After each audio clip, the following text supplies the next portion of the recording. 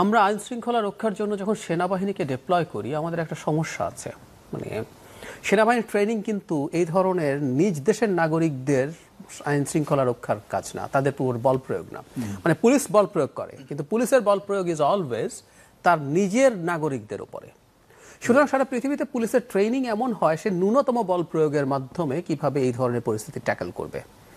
যদিও শেখ হাসিনার সময় পুলিশকে আমরা প্রায় বলি যে মিলিটারাইজ করা হয়েছে, তাকে মিলিটারি বানিয়ে ফেলা হয়েছে, মানুষ খুন করতে শিখে গেছে।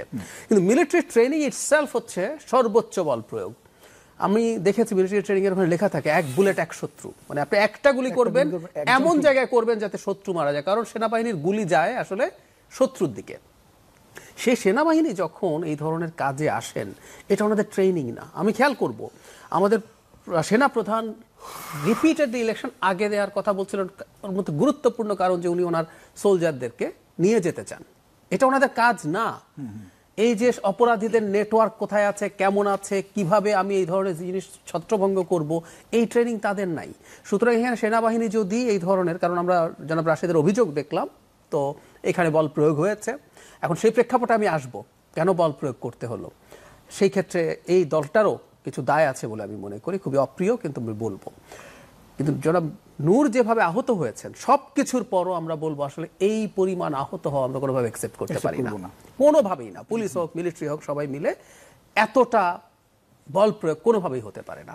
মানে পুলিশ, আমরা মিলিটারি যদি সরিয়েও রাখি, পুলিশের হাতে বল প্রয়োগের অস্ত্র আছে, তার আইনি সীমার মধ্যে তাকে বল প্রয়োগ করতে হয়। তো কখনো কখনো বল প্রয়োগ করা প্রয়োজন হতে পারে, এটুকু আমরা মেনে নিয়ে বলছি। কিন্তু আমরা প্রায় বলি যে ডিসপ্রপোর্শনেট বল প্রয়োগ করা যাবে না, কোনোদিন না, কারো বিরুদ্ধে না। যতটুকু হয়েছে ন্যূনতম যাত্রার মাধ্যমে। সো আমি নিজেও মনে করি না এরকম কোনো পরিস্থিতি। এমনি বিভিন্ন গণমাধ্যমগুলোতে আমরা দেখছিলাম, বিশেষ করে সোশ্যাল মিডিয়াগুলোতে এগুলো নিয়ে কথা হচ্ছিল যে জনাব নুরুল হক নূর সহ আরো যারা ছিলেন সবাইকে বলেছিল যে আপনারা চলে যান। সেনাবাহিনীর পক্ষ থেকে বলা হচ্ছে, পুলিশের পক্ষ থেকে বলা হচ্ছিল, কিন্তু তারা যাচ্ছিলেন না এবং তারা যে ঘোষণা। আমি ওই জায়গায় আসছি এবার, এর পরের জায়গাটা।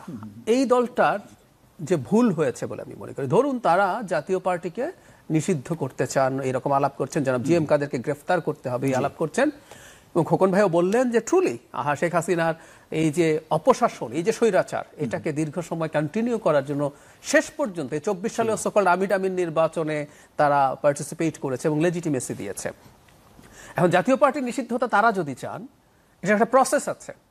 এটার প্রসেস হচ্ছে তারা এই যে স্বরাষ্ট্র মন্ত্রণালয় যদি ঘেরাও করে, ঘোরা করুন, পারলে প্রধান উপদেষ্টার কার্যালয় ঘেরাও করুন, এখন তো সবাই এগুলো করছে, এগুলো করে চাপ প্রয়োগ করুন। কিন্তু একটা পার্টির অফিস, এখন পর্যন্ত যে পার্টিটা নিষিদ্ধ না, তার দিকে যদি আপনি যান, সেটার ভেতরে ঢুকে পড়তে চান, আমাদের মনে নাই জাতীয় পার্টির অফিসে একবার আগুন দেওয়ার চেষ্টা হয়েছে, ভাঙচুর হয়েছে এই শেখ হাসিনা পালানোর অল্প কিছুদিনের মধ্যেই। তো সুতরাং অবশ্যই দেশে দায়িত্ব তাদের রক্ষার আছে। আমি একটু পেছনে যাব, জনাব জিএম কাদেরের বাড়িতে হামলা হলো না কয়েকদিন আগে, কয়েক মাস আগে, মাস তিনেক হবে। সেই সময় যখন হামলা হচ্ছিল, একজন সেনা বাহিনীর ঊর্ধ্বতন কর্মকর্তা, সেখানে যেন সার্জিস আলমও গিয়েছিলেন, তাকে কিন্তু এই ব্যাপারটা ক্লিয়ারলি বলেছেন। সুতরাং এই যে আমাদের প্রবণতা আছে, আমি যা মনে করি আমি এখন সব করে ফেলতে পারি, এটা ঠিক হয়নি। সো গণ অধিকার পরিষদ তাদের এই দাবি আছে, এই দাবির জন্য যে জায়গায় জায়গায় যাওয়া উচিত ছিল সেটা না গিয়ে যেটা এখন হচ্ছে, তারা নিজ হাতেই এই কাজটা করতে গেছেন। এবং এখানে অবশ্যই আইন প্রয়োগকারী সংস্থা জাতীয় পার্টির অফিস আগলে রাখা উচিত হতো যতক্ষণ পর্যন্ত জাতীয় পার্টি নিষিদ্ধ না হয়। আর নিষিদ্ধ হলেও ওই অফিসে কি হবে না হবে সেটাও কেউ বাইরে থেকে ডিসাইড করতে পারে না। যদি কাগজে কলমে ধরলাম নিষিদ্ধ হয়েছে, সো ওই অফিস কি হবে, কেমন হবে, ওই অফিসের দায়িত্ব কার হাতে থাকবে, এগুলো ডিসাইড করবে আদালত, সরকার। তারা কেউ একজন গিয়ে ওখানে গিয়ে এটা ভাঙিয়ে ফেলবো, পুড়িয়ে দেবো, মানে আমাদের গণঅভ্যুত্থানের 1 বছর পরও আসলে এই জিনিসগুলো এভাবে চলার কোনো কাজ। এবং শুধু ছাত্র শিবিরের তা না, মানে অন্যদেরও তো একই অবস্থা, সবাই সম্মিলিত এক ধরনের নানান ধরনের না, কিন্তু ছাত্র শিবির তো একটা দল, মানে ছাত্র সংগঠন, ছাত্র দল কিন্তু ছাত্র দলের প্যানেল দিয়েছে, ছাত্র শিবির একটা ভিন্ন নামের প্যানেল দিয়েছে, ছাত্র শিবির দেয়নি। জি, সম্মিলিত।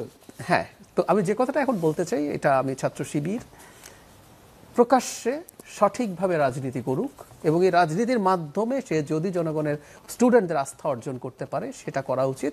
এবং আমি একসময়, আমি কোনো একটা অদ্ভুত কারণে, আমি জানি না খোকন ভাইরা ওই সময় ছিলেন সম্ভবত, বা তার আগেই সিদ্ধান্ত হয়েছে কিনা, সব ছাত্র সংগঠন একত্র হয়ে নাকি সিদ্ধান্ত নিয়েছিল ঢাকা ইউনিভার্সিটি বা জাহাঙ্গীরনগরে ছাত্র শিবির রাজনীতি করতে পারবে না। আমি এই জিনিসটাকে যৌক্তিক মনে করি না।